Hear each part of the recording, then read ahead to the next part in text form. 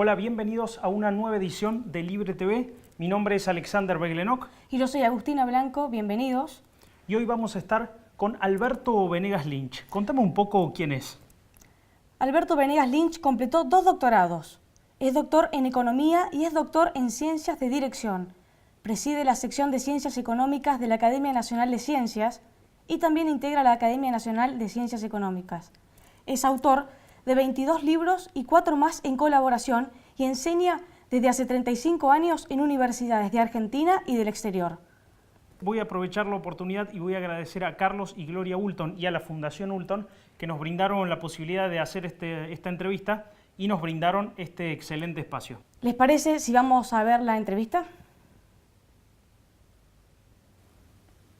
Bueno, primero que nada agradecerte por estar hablando con nosotros.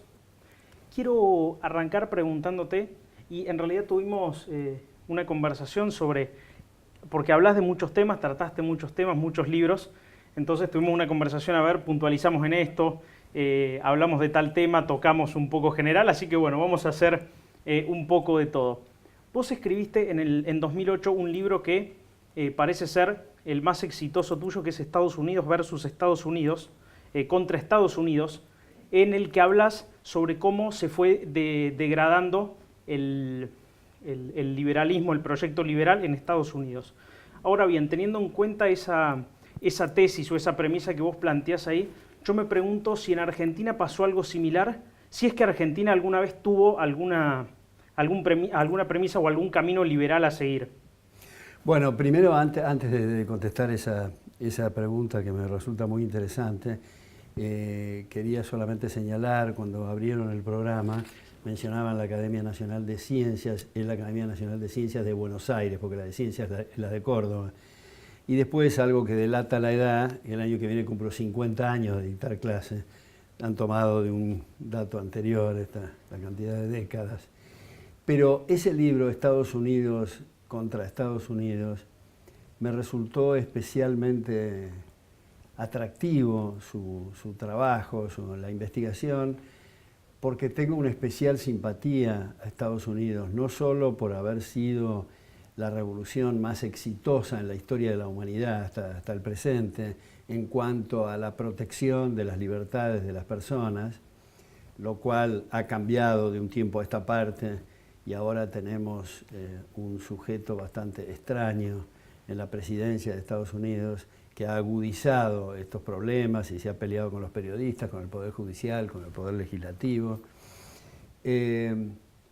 Pero la simpatía no solo es por esa tradición de Estados Unidos, sino porque estudié en el colegio en Washington y luego hice posgrado en Nueva York y ahí tengo muchos amigos y he viajado, ahora últimamente no, pero sí he viajado muy frecuentemente a Estados Unidos. Ahora, respecto a la pregunta del correlato, del paralelo con la Argentina, yo creo que sí se puede establecer, especialmente a partir de la Constitución del 53, la Constitución liberal de Alberdi, que fue tal vez no copiada, pero sí inspirada, principal, aunque no exclusivamente en la Constitución de Estados Unidos, porque tomó también las Cortes de Cádiz, la Constitución de 1812, donde se bautizó, dicho sea de paso, la expresión liberal surge ahí, liberales contra serviles, se usó como un sustantivo por primera vez, hasta ese momento era un adjetivo, liberal era manga ancha, generoso, en fin. Y cuando se tomó, decía en la radio esta mañana que a partir de esa Constitución del 53 hasta el golpe fascista del 30, la Argentina estaba a la altura de Estados Unidos, nuestros ancestros, los inmigrantes venían, se duplicaba la población, los ingresos y salarios en términos reales del obrero de la incipiente industria y el peón rural eran superiores a Alemania, Francia, Suiza, Italia, España, y eso se prolongó, como digo, hasta el 30. Por supuesto, como señala Milton Friedman, paralelamente a lo que viene ocurriendo, hay que mirar bajo la superficie cuáles son las correntadas de las ideas que van a provocar en el próximo periodo un cambio distinto. Y la correntada que ocurrió en el caso argentino era básicamente el nacionalismo, y en alguna medida el nacionalismo católico, que influyó mucho en un sentido negativo a la cerrazón de la Argentina, al populismo posterior, que apareció, como sabemos, en el golpe del 30, se creó la banca central, se creó el impuesto progresivo, las juntas reguladoras, se destrozó el federalismo fiscal, y eso se acentuó notablemente a partir del golpe del 43 peronista. Hasta nuestros días, con distintos nombres, y civiles y militares, venimos a los tumbos. Quiero repreguntar algo ahí. Por favor. Nombrás el nacionalismo en Argentina como una de las causas de este debacle. Pero Estados Unidos no tiene también esa mentalidad, esa cultura nacionalista en lo patriótico que es. No está en la tradición de Estados Unidos el nacionalismo, al revés, con los brazos abiertos como era la Argentina, recibir a todos los inmigrantes, son todos descendientes de inmigrantes, salvo los llamados pueblos originarios que no son originarios, nunca en América hay pueblos originarios, somos todos originarios de África. Pero no hay esa tradición, a menos que se quiera tomar como un amor al espíritu cosmopolita, como un amor a la libertad. Eso era entendido el énfasis que ponían los americanos, ¿no? La palabra patria tiene sus bemoles. Una cosa es el amor natural al terruño, al lugar donde uno nació, a la familia, a los ancestros, y otra cosa distinta es andar gritando imbecilidades, si me permiten la expresión, contra hermanos de otros lares, y cuando hay discusiones de fronteras se arman unas trifulcas fenomenales, cuando en realidad las naciones son una construcción de la cachetada, del golpe, de la acción bélica, cuando no de los movimientos geológicos. No hay nada natural en eso. En realidad, desde la perspectiva liberal, solo existen naciones para evitar los riesgos fenomenales de la concentración de poder en un gobierno universal.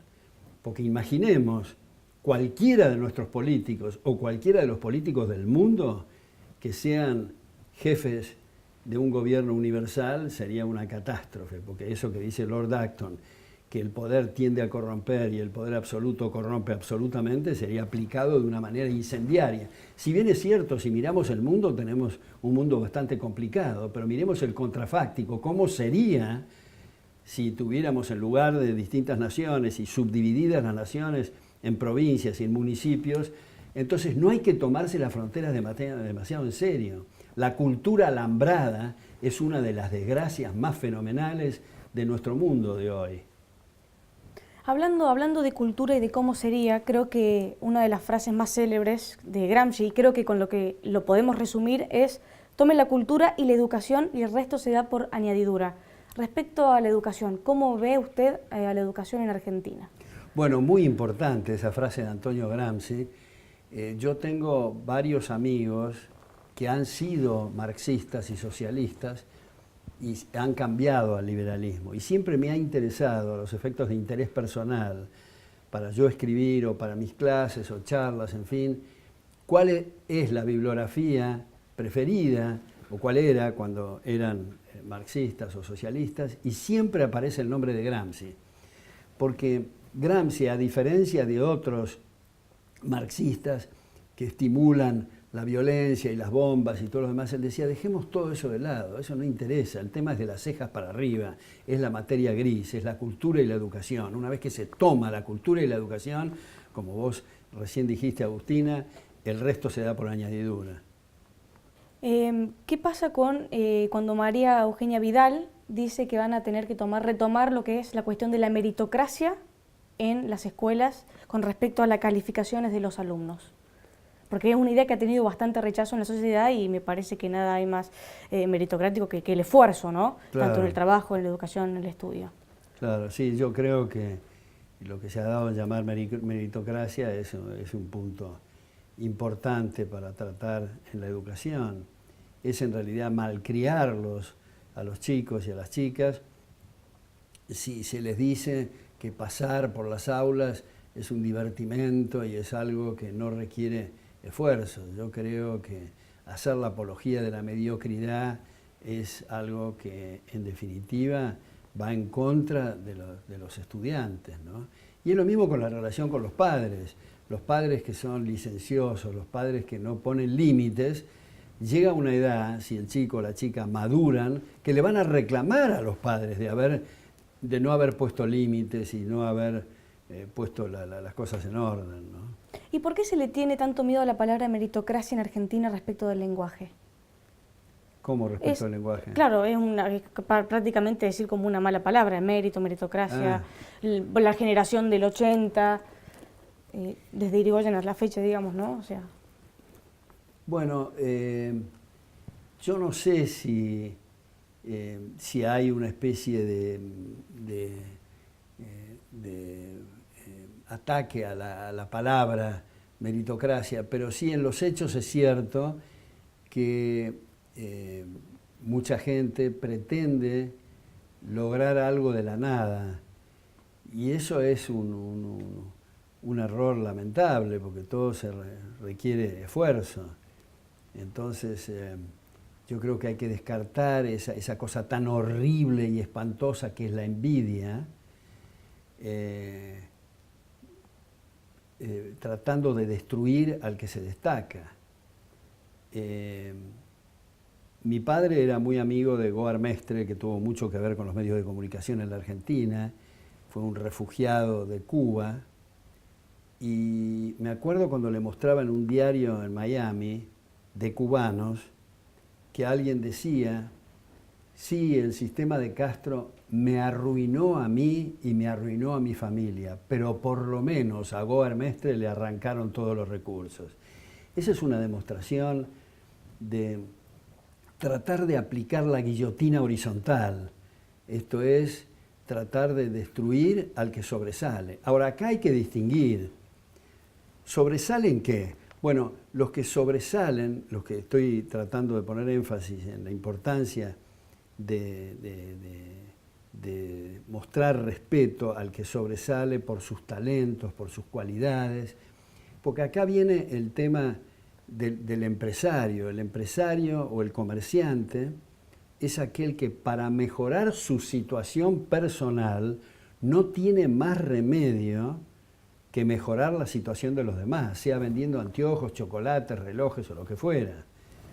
Sin embargo, lamentablemente en la Argentina y en otras partes del mundo, perdón, estamos rodeados de ladrones de guantes blancos que se dicen empresarios, que son las personas que se alían con el poder para obtener privilegios, mercados cautivos y para explotar a la gente. Entonces, cuando uno da una clase y está explicando qué es el comerciante, tiene que tener cuidado de explicar que no nos estamos refiriendo a aquellos que aumentan su patrimonio debido al privilegio y a la alianza, esta hedionda alianza con el poder. Solo hablas de por ejemplo, los Lázaro Báez con casos de corrupción, o hablas de en general el que es contratista del Estado? Hablo en general de los contratistas del Estado, hablo de la mayor parte de lo que ha sido la tradición última del empresariado en la Argentina. Y muchos, tal vez de buena fe, dicen, bueno, pero si no me alío, si no apoyo, si no hago de aplaudidor, para no decir alcahuete, y no aplaudo al gobierno, me sacan la empresa, y no se dan cuenta que se la sacan igual, que si estornuda mal o pone una mala cara, le cambian desde el gobierno el flujo de fondos.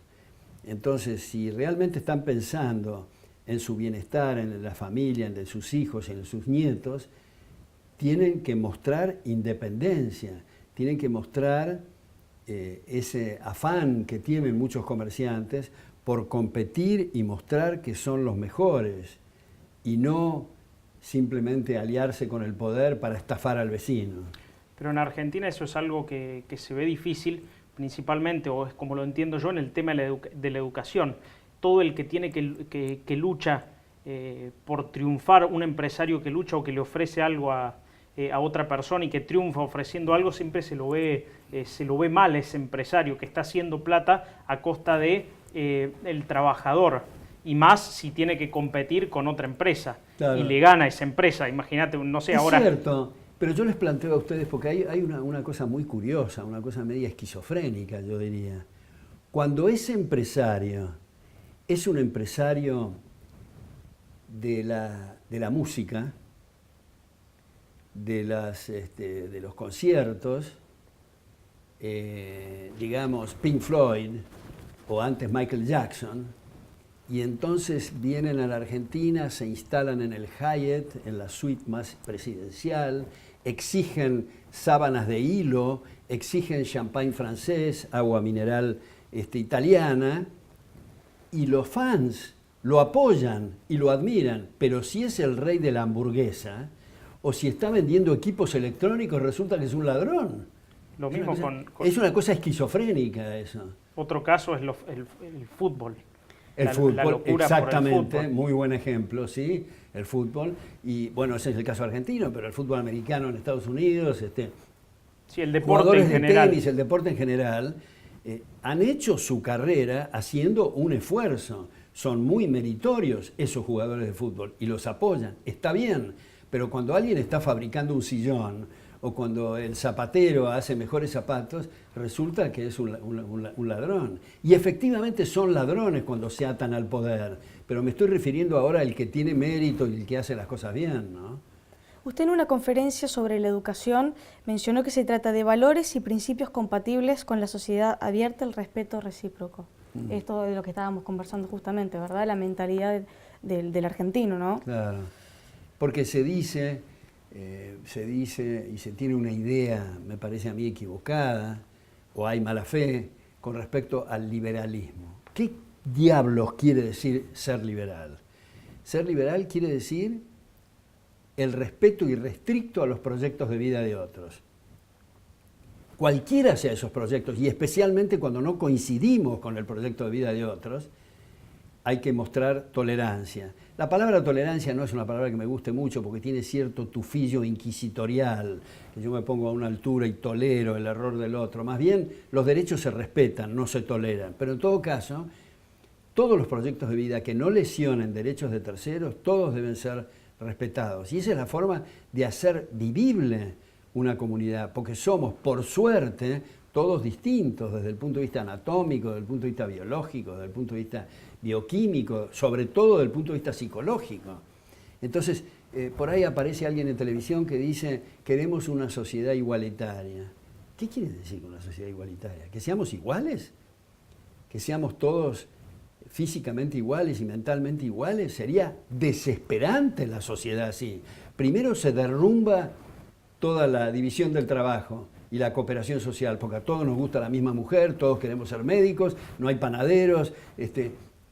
La conversación es un horror, porque es igual que hablar con el espejo. Lo bueno es que somos diferentes, y si somos diferentes en los talentos y en las capacidades muy diversas, los resultados tienen que respetarse. ¿Y cómo es este asunto pobres-ricos? ¿Cuál es el delta? ¿Cuál es la diferencia? Depende de quién. De nosotros, lo que hacemos en el supermercado. Si compramos más Coca-Cola que compramos otra bebida, y no quiero pasar acá un chivo, digamos, estamos creando esa diferencia. Si compramos mucha lechuga y poca zanahoria, la gente que recibe los ingresos de la zanahoria va a tener menos ingresos que los que tienen lechuga y así sucesivamente. Pero resulta que salimos del supermercado y aparece el político que dice, les propongo redistribuir ingresos.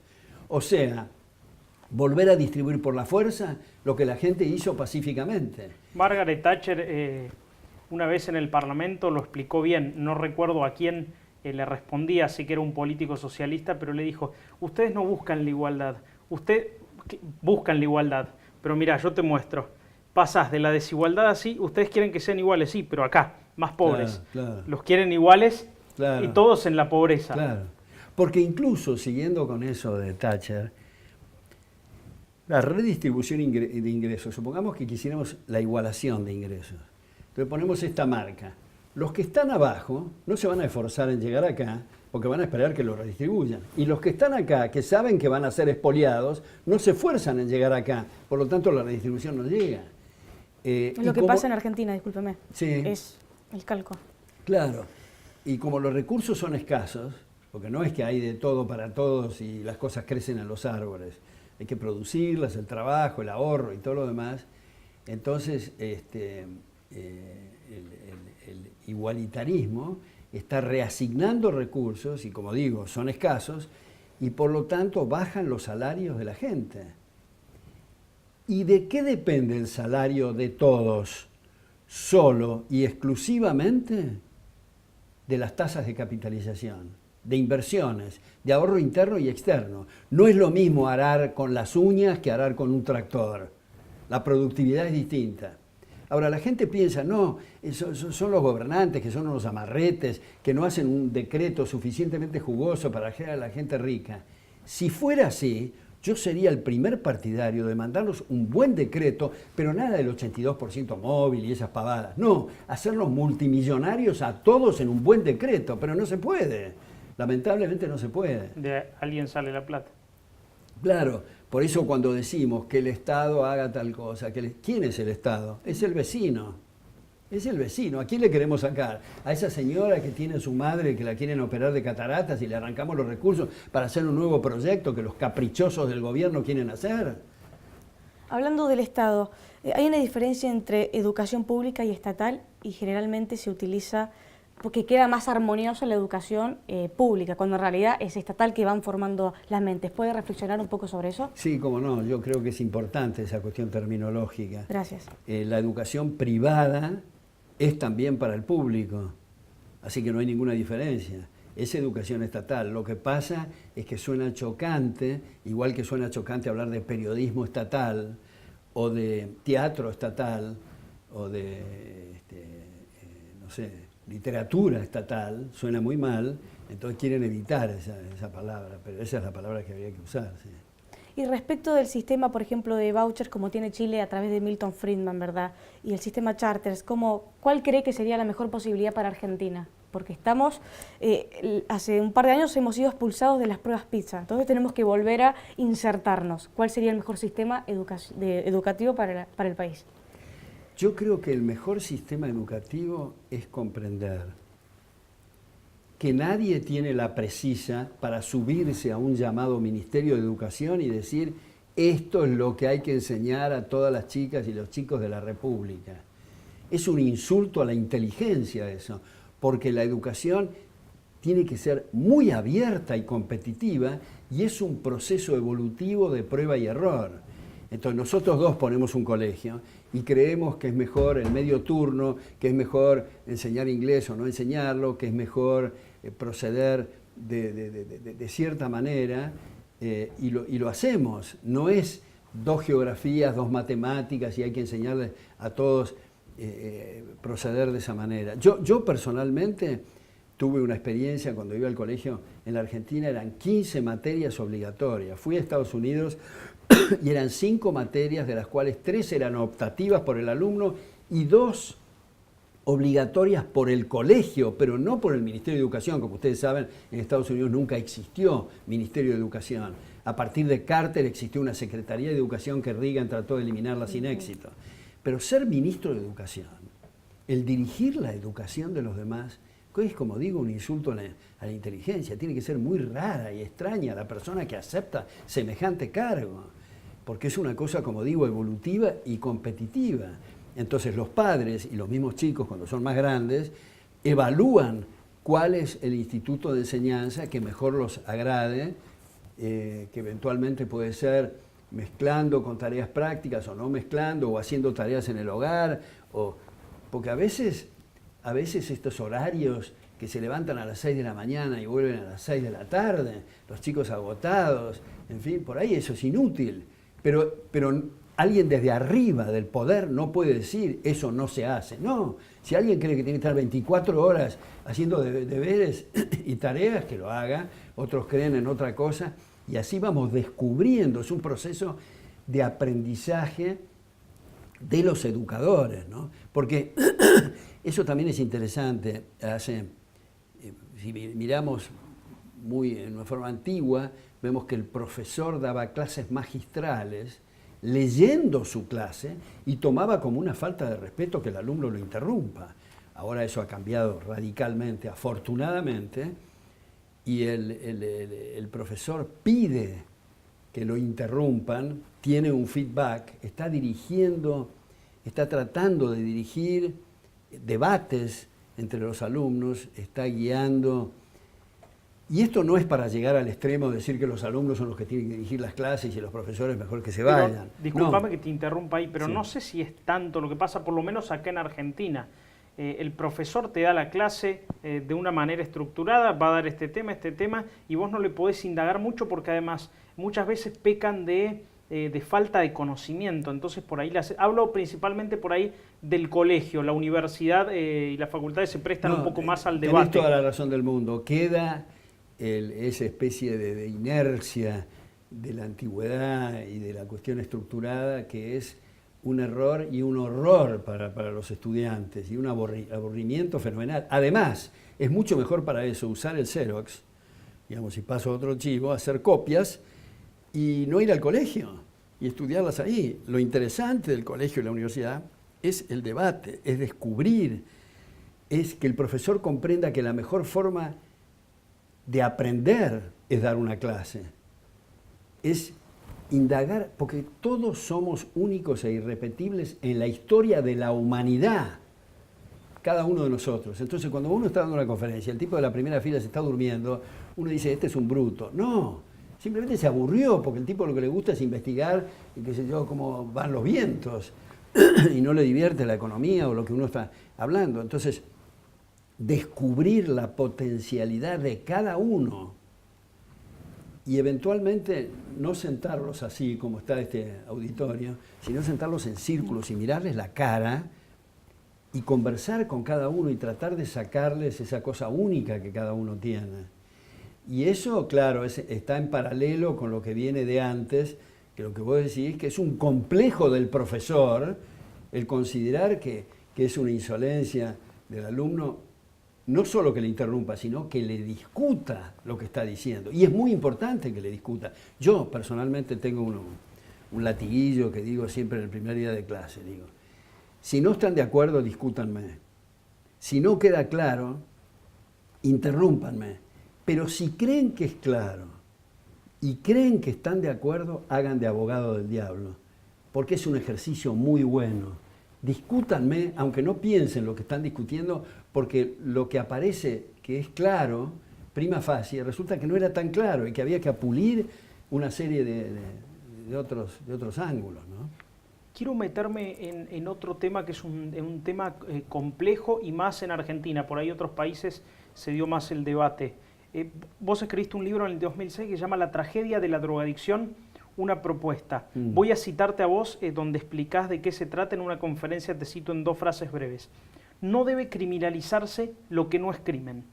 No debe confundirse el daño que una persona se autoinflige respecto a los daños que puede causarle a terceros. Ahora yo te quiero dar un dato antes de meterme en la pregunta, que es el abuso de drogas en adolescentes de 15 a 19 años en Argentina es el segundo factor de riesgo más importante en el año 2006. Mi pregunta es, ¿cómo podemos tratar a estos jóvenes que mueren o quedan seriamente lesionados? Y también cómo podemos combatir este negocio que es la droga y el narcotráfico. Bueno, yo en ese libro, que se llama La tragedia de la drogadicción, como vos dijiste, una propuesta que tiene prólogo de Carlos Alberto Montaner, lo que trato es de hacer un paralelo con la llamada ley seca en Estados Unidos. ¿Qué pasó con la ley seca? Se vendían alcoholes de pésima calidad que mataban a la gente, debido a la prima por el riesgo de operar en los mercados negros, había un estímulo muy grande en conseguir adeptos, o sea, más alcohólicos. O sea, el aumento del alcoholismo fue terrible y además se corrompieron jueces, policías, etc. Yo en ese libro pongo los nombres de quiénes eran los mafiosos del alcohol que fueron a Asia y fueron a Europa hicieron un estudio de mercado muy, muy sofisticado, ya que se les terminaba el negocio del alcohol cuando se liberó, sugirieron prohibir las drogas. Drogas que vienen siendo libres desde 2000 años antes de Cristo, salvo la guerra del opio en China, que fue consecuencia del control en las drogas, nunca hubo problemas. Ahora hay pushers, o sea, tipos que están atrás en los cosos bailables y en los colegios en Estados Unidos, que ganan entre 15.000 y 20.000 dólares mensuales para colocar la droga, debido a que los márgenes operativos son a veces del 2000%.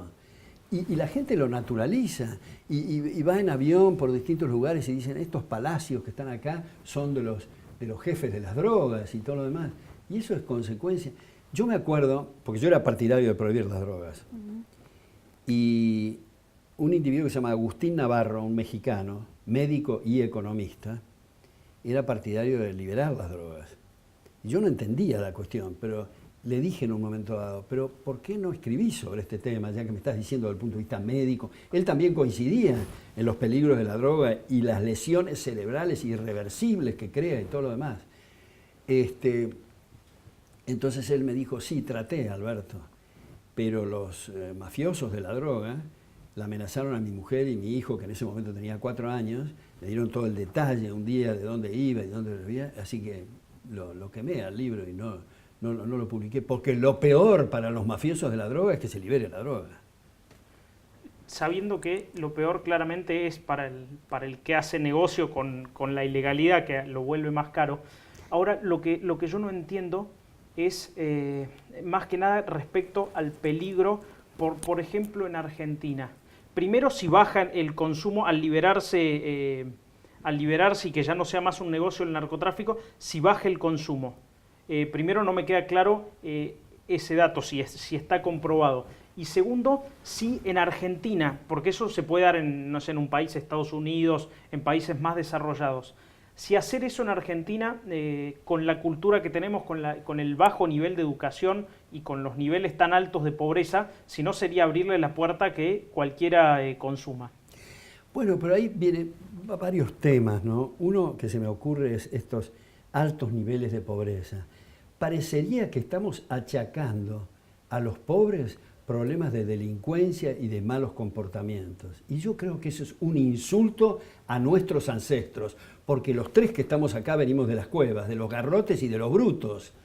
Digamos, el asunto es cómo se hace para pasar de una situación de pobreza a una situación de menor pobreza y eventualmente de riqueza, por una parte. Por otra parte, me parece una suerte que expresidentes como Enrique Cardoso de Brasil, como Vicente Fox de México, como Oscar Gaviria de Colombia, 3 individuos que han enfrentado directamente a las drogas, digan ahora, tenemos que liberarla porque esto va a terminar con los jueces, con las Fuerzas Armadas, con el DEA y con todas las instituciones y va a terminar con la democracia. Pérez de Cuéllar, ex secretario general de Naciones Unidas, sostiene lo mismo. Mario Vargas Llosa, digamos, ha insistido muchas veces en esta cuestión. Eso no quiere decir, porque los ejemplos de Holanda y los ejemplos de Portugal son muy interesantes de baja. El ejemplo de Holanda yo no lo comparto del todo porque hay zonas para que la gente se drogue y el gobierno da las jeringas y todo eso. Yo creo que los vecinos no tendrían que estar financiando las jeringas de los... Bueno, pero en fin, de todas formas ha bajado la drogadicción.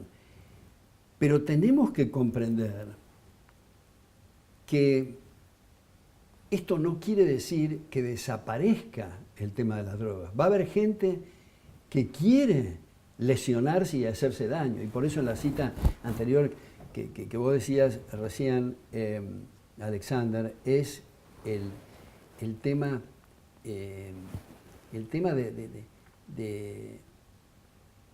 de distinguir entre lo que es un crimen y lo que es un vicio.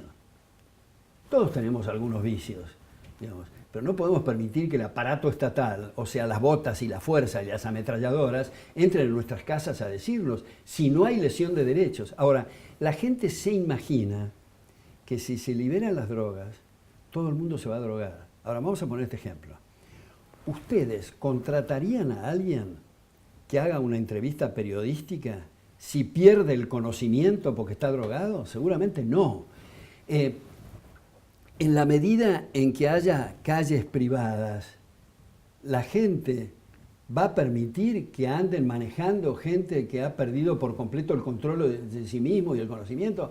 Subir a colectivos o a subterráneos, ¿va a permitir esto? ¿Va a contratar en el trabajo? ¿A dónde van a quedar? Eventualmente en unos reductos en sus casas, gente que se drogue. Digamos, hoy en los centros comerciales, que son privados, que es donde mayor seguridad hay, y además las vidrieras, o las veredas, mejor dicho, no están rotas, y no hay violaciones en la calle, digamos, porque se asigna, la gente, todos los comerciantes están interesados en que haya respeto y que haya civilización ahí. Gente que anda borracha, porque no importa si se drogó, si tomó demasiado Valium o si tomó demasiado alcohol. Dicho sea de paso, el alcohol, las muertes de alcohol es mucho mayor que las muertes de las drogas. Y por otra parte, hay otros individuos, yo no lo comparto a esto, pero para operar en las bolsas de comercio en Nueva York se drogan. Poetas que creen que son mucho más productivos si se drogan. ¿Qué vamos a hacer? Meterlos en la cárcel a esos individuos.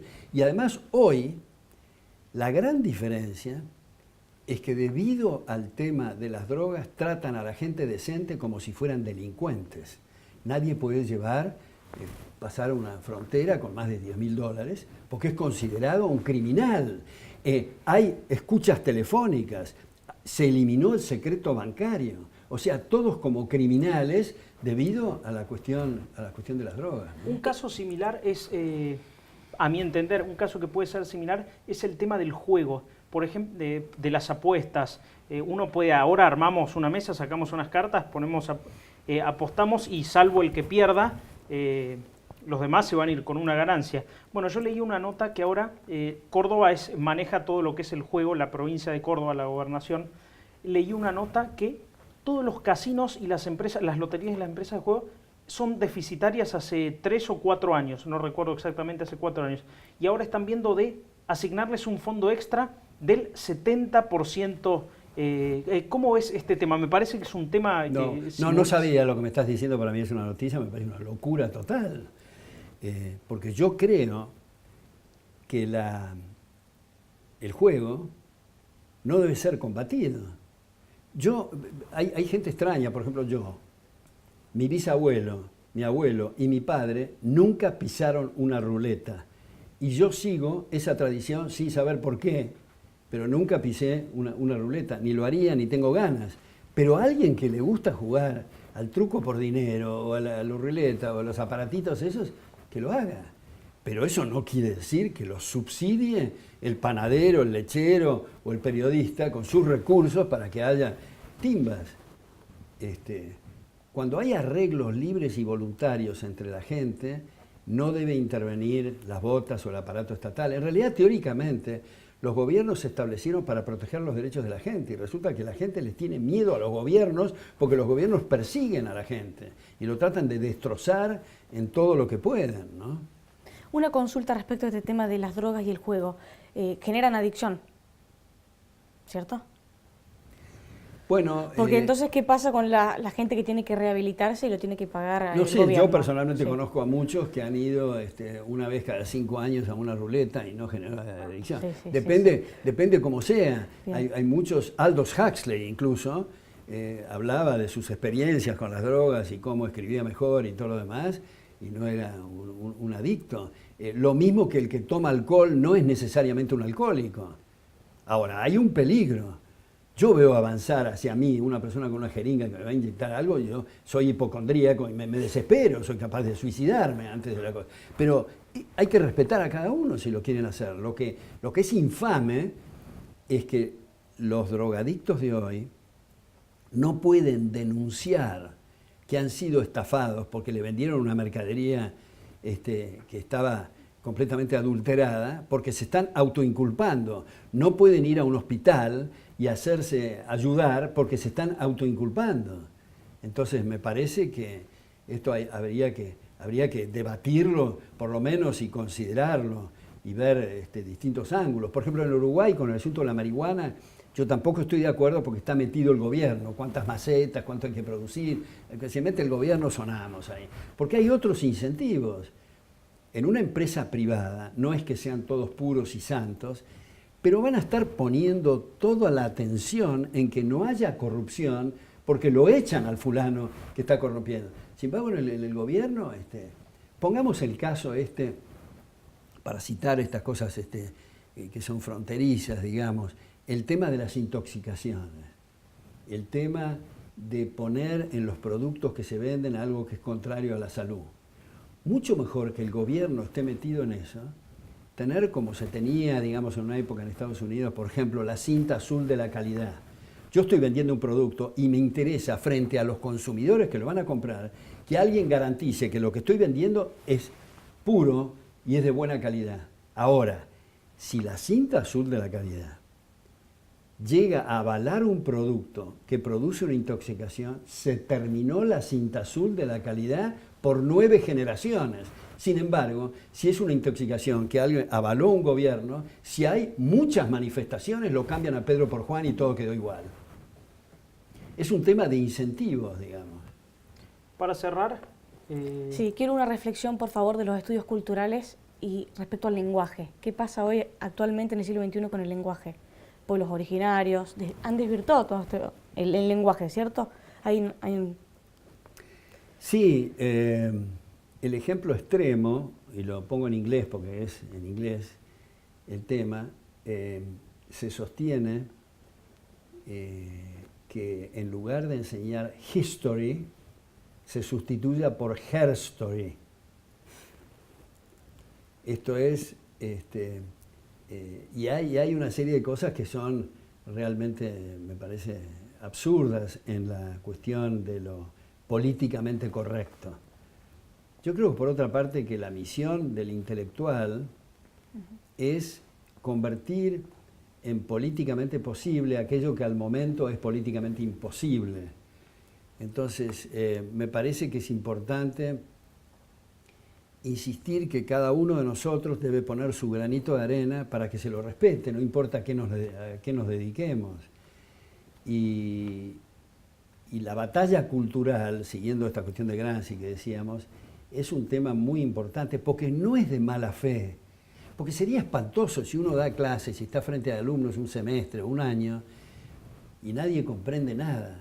Pero es extraordinario lo que ocurre y el estudiante o la chica que dicen esto me cambió la vida, no se imaginan que eso no tiene precio cuando uno recibe ese mensaje.